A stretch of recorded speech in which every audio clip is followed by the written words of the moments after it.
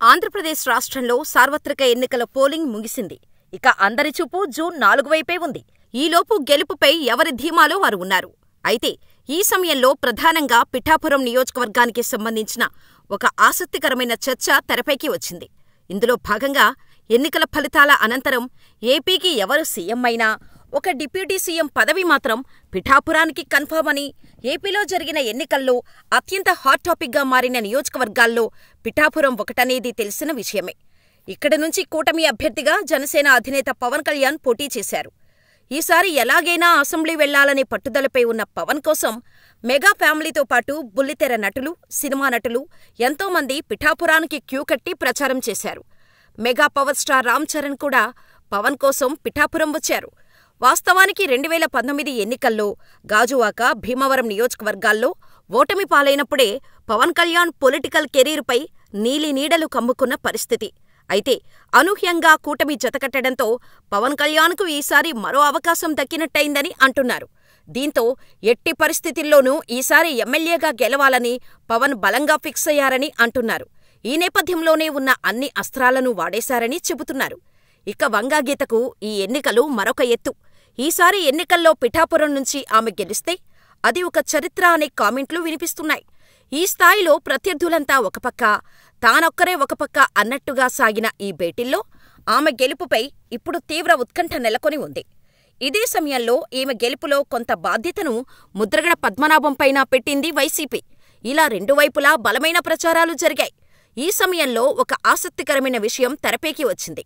ఇందులో భాగంగా పిఠాపురం నియోజకవర్గం కోసం డిప్యూటీ సీఎం పదవి ఎదురుచూస్తుందని, వాస్తవానికి ఈ ఎన్నికల్లో కూటమి అధికారంలోకి వచ్చి పిఠాపురంలో పవన్ గెలిస్తే ఖచ్చితంగా ఆయనే డిప్యూటీ సీఎం అని అంటున్నారు పరిశీలకులు.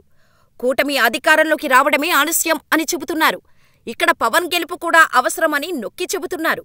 మరోపక్క పిఠాపురంలో వంగగీత గెలిస్తే ఆమెను డిప్యూటీ సీఎం చేసి తన పక్కనే కూర్చోబెట్టుకుంటానని జగన్ హామీ ఇచ్చారు. దీంతో వైసీపీ అధికారంలోకి వచ్చి పిఠాపురంలో గీత గెలిస్తే ఖచ్చితంగా ఆమె డిప్యూటీ సీఎం అయిపోయినట్టే. ఒకవేళ వైసీపీ అధికారంలోకి వచ్చి ఆమె ఓటమి పాలైనా కూడా కాపు సామాజిక వర్గ కోటాలో ఆమెకు డిప్యూటీ సీఎం పదవి ఇచ్చే అవకాశాలు ఉన్నాయని చెబుతున్నారు.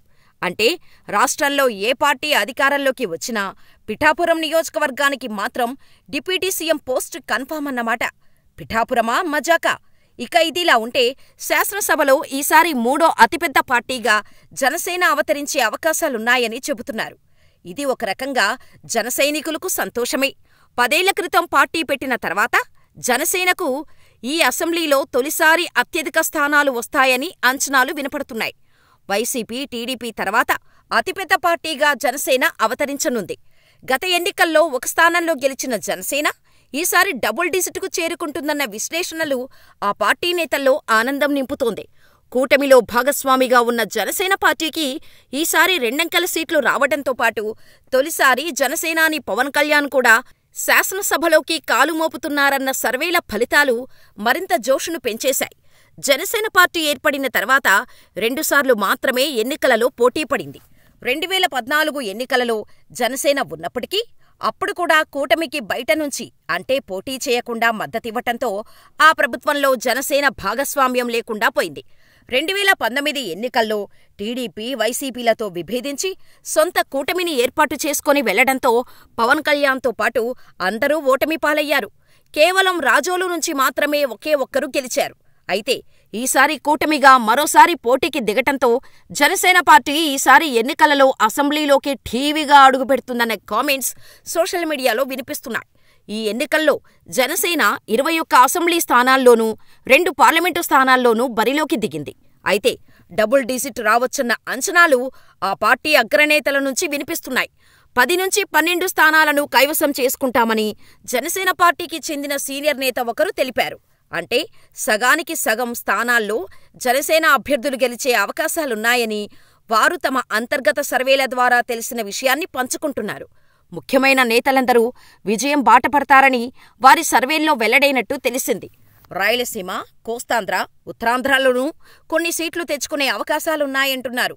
జనసేన అధినేత పవన్ కళ్యాణ్ పోటీ చేసిన పిఠాపురం నియోజకవర్గంలో వాళ్లు ఆశించిన మెజారిటీ రాకపోయినా గౌరవప్రదమైన ఓట్లతో బయటపడతామని సర్వేలో తేలిందట.